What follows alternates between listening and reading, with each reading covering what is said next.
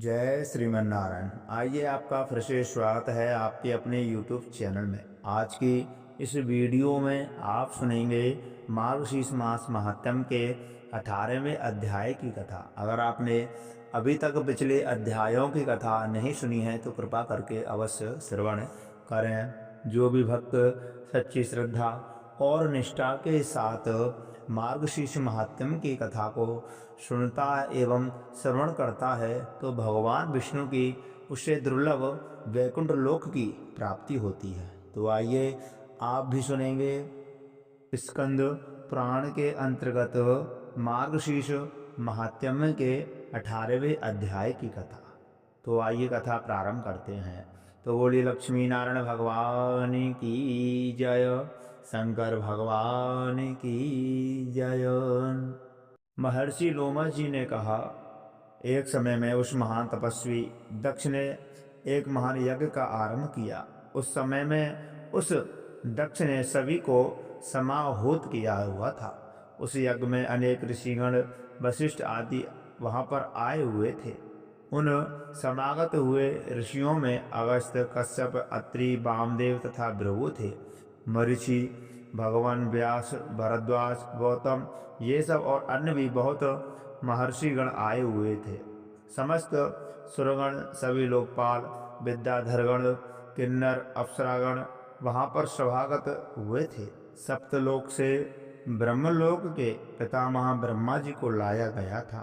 वैकुंठ से भगवान विष्णु को उस महायज्ञ में बुलाया गया था और उस महान मख में उनको सम्मिलित किया गया था। देवों के इंद्र के भी इंद्राणी के साथ वहां पर आए गए थे। रोहिणी के सहित सुंदर प्रभा से संपन्न मंद्रमिदेय तथा अपनी प्रिया के साथ वरुण देव वहां पर आए हुए थे। पुष्पक विमान पर समारोहण करने वाले कुबेर, मृग पर आरुण, मृति देव, वस्तारूढ़ अग्निदेव और प्रेत पर सवार करने वाले नैऋत्य देव वहां पर उस महान यज्ञ में समागत एवं समाहुत हुए थे। ये सब द्विजन्मा उस यज्ञ में बाहर में आए हुए थे। उस दुरात्मा दक्ष ने उस सब समागत महानुभावों को सत्कृत किया था। वहां पर सुंदर प्रभा से समूह संपन्न परम विशाल और बहुमूल्य वाले भवन थे। उनको अपने बड़े ही कौशल से त्वष्टा ने निर्मित किया था और जो अत्यंत दिव्य एवं उत्तम थे। उन सब में जो बहुत ही उत्तम थे, उन सबको बहुत ही शांति पूर्वक समाहित किया था। उस अनकल खल तीर्थ में जो वर्तमान महान यज्ञ हो रहा था, उसमें भृगु आदि तपोघनों को उस प्रजापति दक्ष ने ऋत्विज नियुक्त किया था। उस समय में दक्ष ने उस यज्ञ का संपादन करने के लिए दीक्षा ली थी और कौतुक मगल किया था। विप्रों के सहित उसने अपनी भार्या को साथ में लेकर के बहुत ही अवैक स्मरण किया था। उस अवसर पर वह सदा सुहृदों के द्वारा परिपालित होकर बहुत ही महत्वपूर्ण के साथ शोभित हुआ था।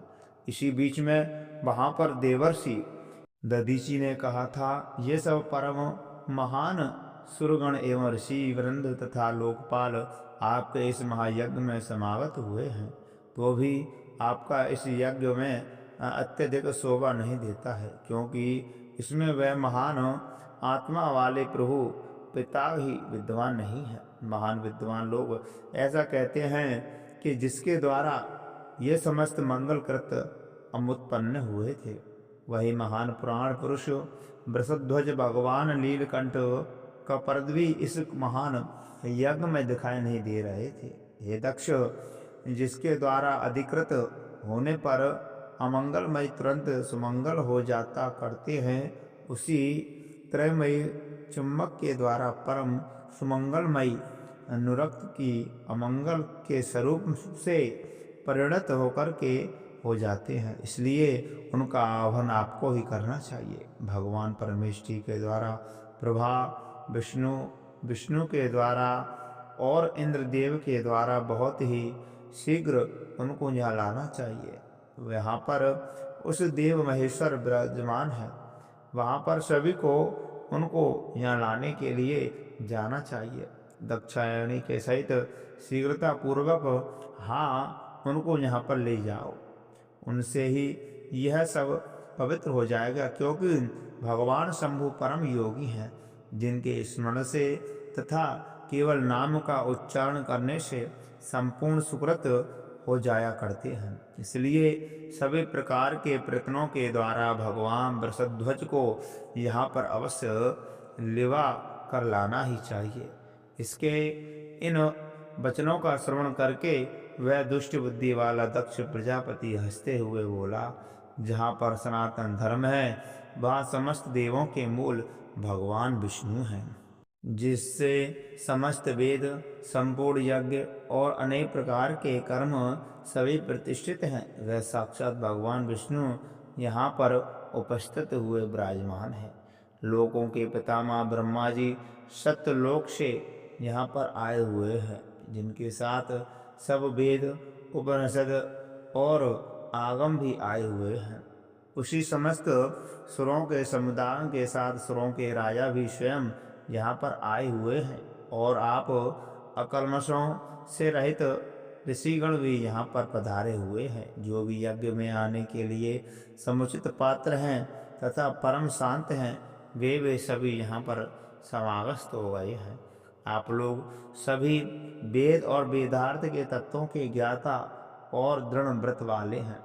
यहाँ पर हमको रुद्र से भी क्या प्रयोजन रह गया है।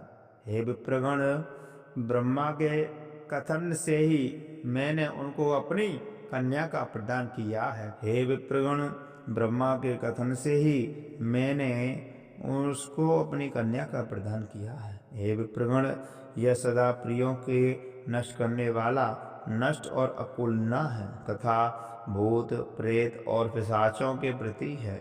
यह रुद्र आत्मा संभावित, मूढ़, स्तब्ध, मौनी और मात्सर्य से संयुक्त है। ऐसा यह सब हमारे कर्म में अयुक्त है, इसलिए मैंने उसे यहाँ पर नहीं बुलाया है। हे द्विज, इस कारण से फिर इस प्रकार से आपको नहीं बोलना चाहिए। आप सबके द्वारा ही मेरे इस महान यज्ञ को सफल बनाना चाहिए।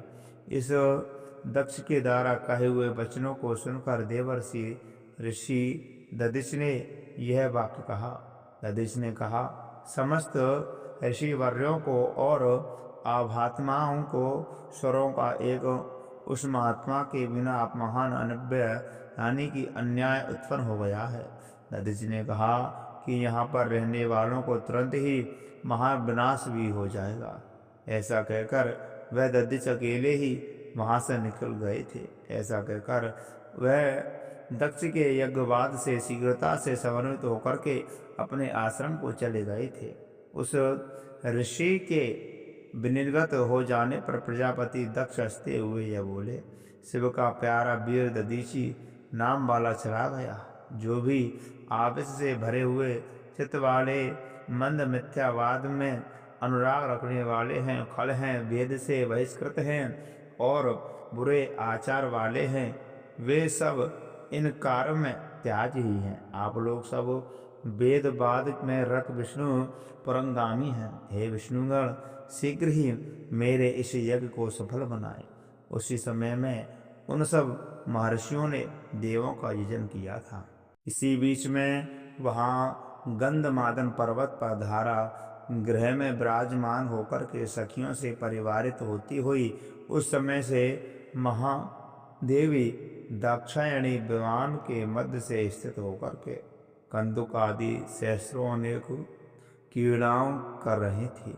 उस समय में वह कीड़ा में समासक्त रहने वाली देवी ने, जो महासती थी, देखा था कि सोमदेव प्रभु अपनी पत्नी रोहिणी के साथ यज्ञ में प्रयाण कर रहे हैं।